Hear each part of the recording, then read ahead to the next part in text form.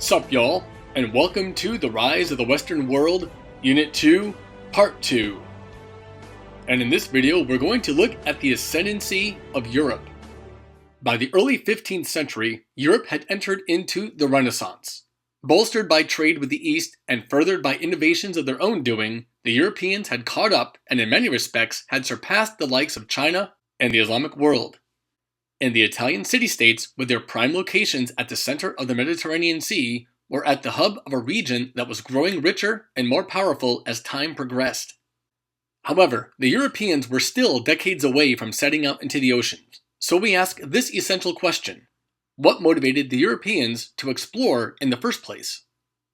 The Renaissance and Europe's ascendancy into the most dominant region of the world would not have happened if not for one of the most influential innovations in human history. This goldsmith was none other than Johann Gutenberg.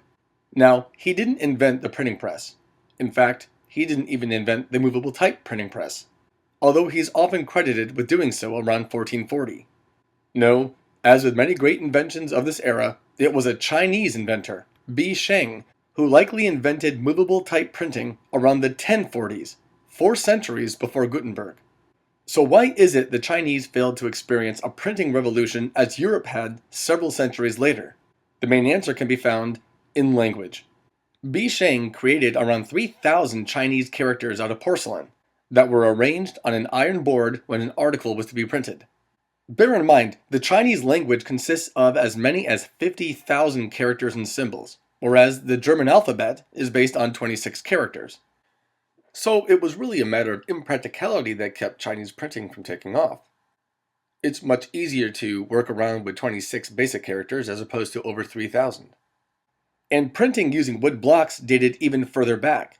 Now, what you see in the lower right is the Diamond Sutra, a Buddhist text, which is the oldest known dated printed book in the world, going all the way back to 868 CE. Now, fast forward to Gutenberg. Beginning with the first printing center in one of the German states in the 1440s, by 1500 there were around 230 printing centers in Europe. The pace and breadth of the diffusion of ideas increased dramatically. Previously, copies were made by hand, which was a long, slow, arduous, and expensive process. The work carried out by literate monks, who were not in great supply, spent months or even over a year copying a single text. This was far less efficient as compared to the movable type printing press that featured metal keys that didn't wear out, aligned in standardized interchangeable blocks of the same size that could be lined up neatly, covered the letter shapes with ink, then use a screw-driven plate to press a sheet of paper down onto the letters. And there, inside the paper frame, instant writing you could reproduce exactly as many times as you wanted. As a result, the cost of books plummeted, and literacy became something that could be useful for commoners, as opposed to only the clergy and the elite.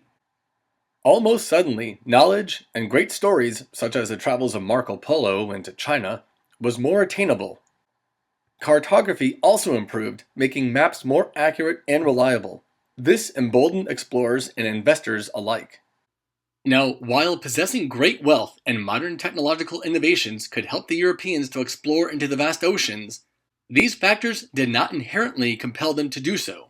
It would take a massive increase in prices to motivate the Europeans to seek out alternate trade routes, and this would come at the cost of one of the most prominent European cities since antiquity. Constantinople had been one of the most important cities in the world due to geopolitics, which focuses on political power with relation to geographic space. Situated at the crossroads between the East and the West, it was one of the most important centers of trade along the Silk Road. The Ottoman Turks had already pushed northward into the European mainland, but now they set their sights on the geographically important city of Constantinople, the last remnants of the once powerful Byzantine Empire. Although the Byzantine emperor called for assistance, few troops came to their aid. Even though the Pope attempted to rally support, the influence of the church had diminished, and monarchs of Europe were too busy tending to their own affairs. In the spring of 1453, the Turks laid siege to Constantinople, and a devastating new use of weapons arrived. Non-stop artillery bombardment, the key to the future of war. The fate of the world would turn in a single battle. If the Greeks weren't able to fend off the continuous bombardment of the Turks, the world would never be the same again. Dedicated teams worked in shifts. Cool.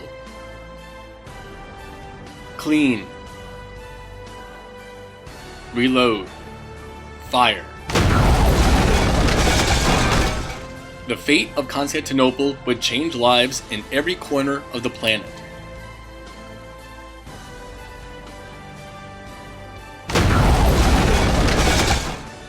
After 7 weeks, the Turks broke through.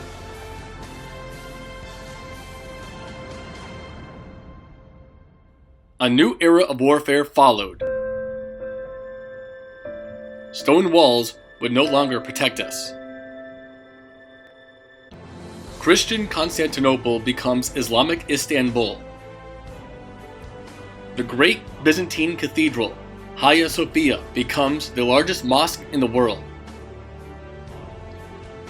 The world's most important trade routes were now in the hands of a new empire, hostile to the West, forcing the Europeans to search for a new route to the riches of the East. To finish answering what motivated the Europeans to explore in the first place, we need to look at what makes the world go round. Money. With the rise in population came greater demands on food, goods, and services, leading to greater scarcity and ultimately to high inflation.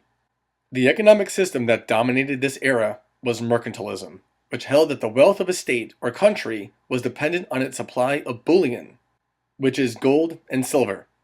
Just look at the root word and you can see that merchants were key players. Leaders of this era sought to increase the power of their governments to maximize the wealth and strength of their states.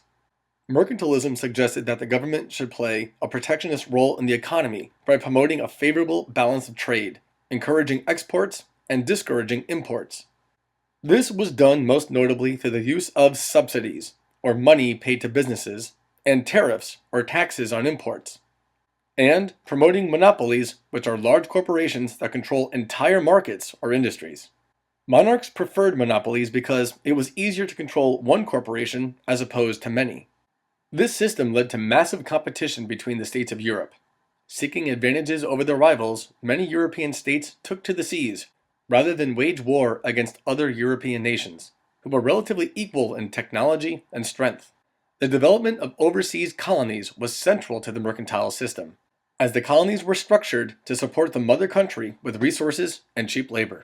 So, powerful nation-states, rich in technology that spread information and enabled overseas travel, were motivated by the desire to acquire gold and goods as well as advantages over their rivals, leading to an era of exploration and globalization that surely changed the world forever. Surely you can't be serious. I am serious, and don't call me Shirley.